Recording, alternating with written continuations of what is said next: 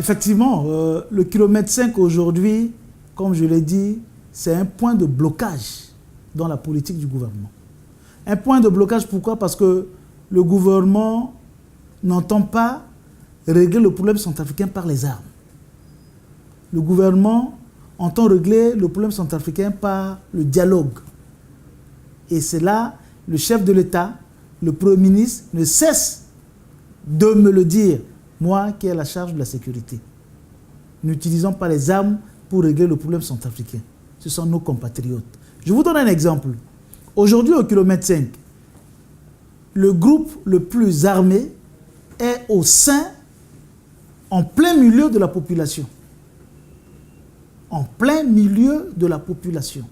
Aujourd'hui, s'il faut utiliser les armes pour l'atteindre, je vous assure que les effets collatéraux seront énormes. En plus de ce que le pays a connu depuis 2013 jusqu'à ce jour, le gouvernement n'entend pas augmenter le nombre des morts. Le gouvernement sait pertinemment que le problème de kilomètre 5 aujourd'hui est une épine.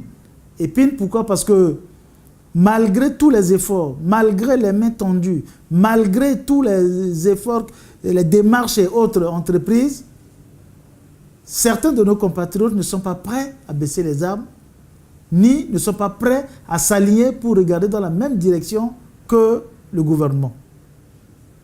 Et le gouvernement n'ayant pas les moyens nécessaires pour sa politique, le gouvernement ne voulant pas utiliser les armes pour régler le problème, le gouvernement n'entend pas maintenant tuer des gens pour régler son problème, et ça nous fait un blocage.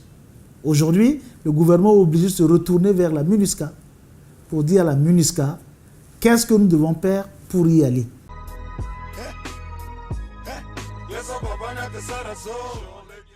Si je vous ai parlé de Bambari, de Bangassou, de Pawa, de Bokaranga, j'avoue que la majorité de ces hommes sur le terrain n'ont pas les moyens.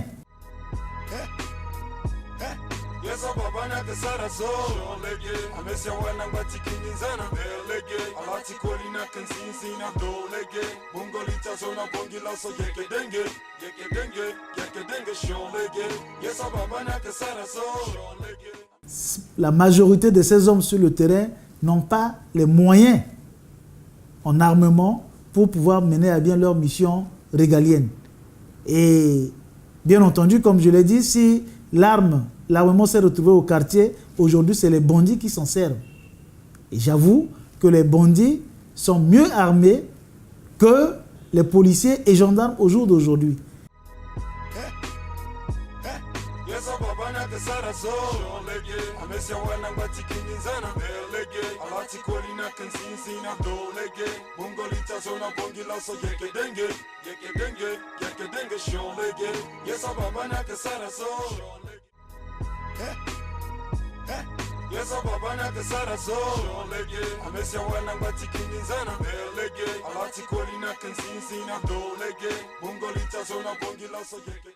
Et j'avoue que les bandits sont mieux armés que les policiers et gendarmes au jour d'aujourd'hui. Et ce qui fait que pour y aller, ça demande une stratégie. Il faut aller devant un homme, vous avez les mains nues, devant un homme armé, il faut adopter toutes les stratégies pour d'abord essayer de le convaincre et progressivement retirer l'arme entre ses mains. Et c'est dans cette dynamique-là. Au jour d'aujourd'hui, la police et la gendarmerie n'ont pas encore les moyens qu'il faut pour rétablir définitivement la paix ou la sécurité.